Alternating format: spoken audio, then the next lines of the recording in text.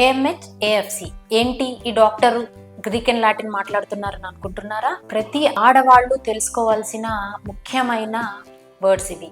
AMH అంటే anti Mullerian hormone, AFC అంటే antral follicular count.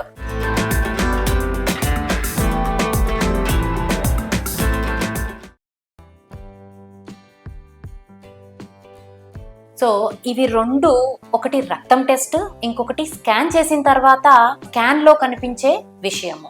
So ఇవి రెండు దేనికి యూస్ చేస్తాము అంటే ఆడవారి శరీరంలో ఎన్ని అండాలు ఉన్నాయి అని తెలిపే టెస్ట్లు అండి ఇవి రెండు. So AMH irrespective of cycle, అంటే మీ నెలలో ఏ టైంలో అన్నా చేసుకోవచ్చు. సో నార్మల్గా దీని వాల్యూ 2 కంటే ఎక్కువ ఉండాలి. సో 2 కంటే తక్కువ ఉంది అంటే మీ అండాల సంఖ్య తగ్గిపోతుంది, మీరు జాగ్రత్త తీసుకోవాలి అని చెప్తుంది. 2 నుంచి 4 వరకు నార్మల్ ఓవేరియన్ రిజర్వ్, అంటే రిజర్వ్ నార్మల్గా ఉంది.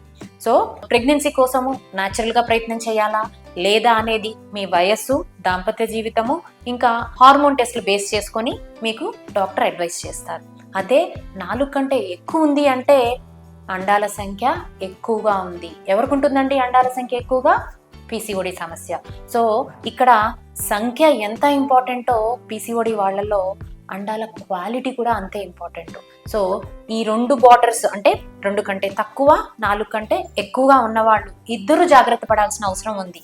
మాకు అండాల సంఖ్య ఎక్కువగా ఉంది కదా, మేము ప్రెగ్నెన్సీ కోసము ఎప్పుడంటే అప్పుడు ప్లాన్ చేసుకోవచ్చు కదా అనే ధీమాతో ఉండడం కంటే పీసీఓడిలో కూడా ప్రెగ్నెన్సీకి వచ్చే కష్టాలు, అంటే అండం రిలీజ్ అవ్వకుండా, పీరియడ్స్ ప్రొలాంగ్ అవ్వడము, అంటే 2-3 నెలలకు కూడా పీరియడ్ రాకపోవడము అనే సమస్యలు అండాల సంఖ్య ఎక్కువ ఉన్న వాళ్ళలో ఉంటుంది. అదే అండాల సంఖ్య తక్కువ ఉన్న వాళ్ళలో పీరియడ్ తొందరగా రావడము లేదా ప్రొలాంగ్ అవ్వడం. ఏఎంహెచ్ అనే వాల్యూ 2 కంటే తక్కువ, 4 కంటే ఎక్కువ ఉన్న వాళ్ళు కంపల్సరీ జాగ్రత్త తీసుకోవాల్సిన అవసరం చాలా ఉంది. అలానే ఏఎఫ్సి అంటే పీరియడ్ వచ్చిన తర్వాత 2వ రోజు కానీ 3వ రోజు కానీ ట్రాన్స్వెజైనల్ స్కాన్, అంటే మానం ద్వారా స్కాన్ చేసి అండాశయంలో ఎన్ని అండాలు ఉన్నాయి అని చెప్పి గైనకాలజిస్ట్ క్యాలిక్యులేట్ చేస్తారండి. సో 2 సైడ్స్ కలిపి తక్కువలో తక్కువ 8 నుంచి 10 వరకు ఉండాలి.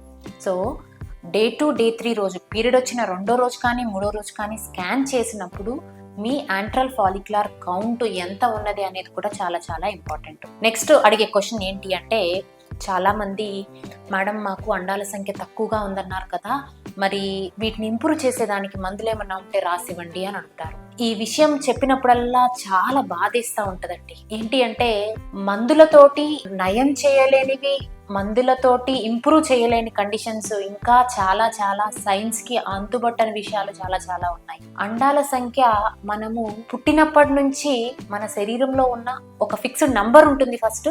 సో పుట్టినప్పటి నుంచి దాన్ని మనం వాడుకున్నా వాడుకోకపోయినా ఆ నెంబర్ తగ్గుతూ పోతూ ఉంటుంది. సో ఎప్పుడైతే మన శరీరంలో అండాలు అయిపోతాయో అప్పటికి మన పీరియడ్స్ ఆగిపోయి మెనోపాజల్ స్టేట్కి వెళ్ళిపోతాం. ఇక్కడ ఏంటి అంటే మీరు గమనించాల్సింది, మెడికేషన్స్ కొంతవరకు మనం ఏం చేస్తాము అంటే ఫాస్ట్గా తగ్గిపోయే దాన్ని మనం కొంచెం స్లో చేసుకొని క్వాలిటీని ఇంప్రూవ్ చేసేదానికి మెడికేషన్స్ ఉన్నాయి, కానీ అండాల సంఖ్యను పెంచడానికి మాత్రము ఇంకా మెడిసిన్స్ కనిపెట్టలేదు.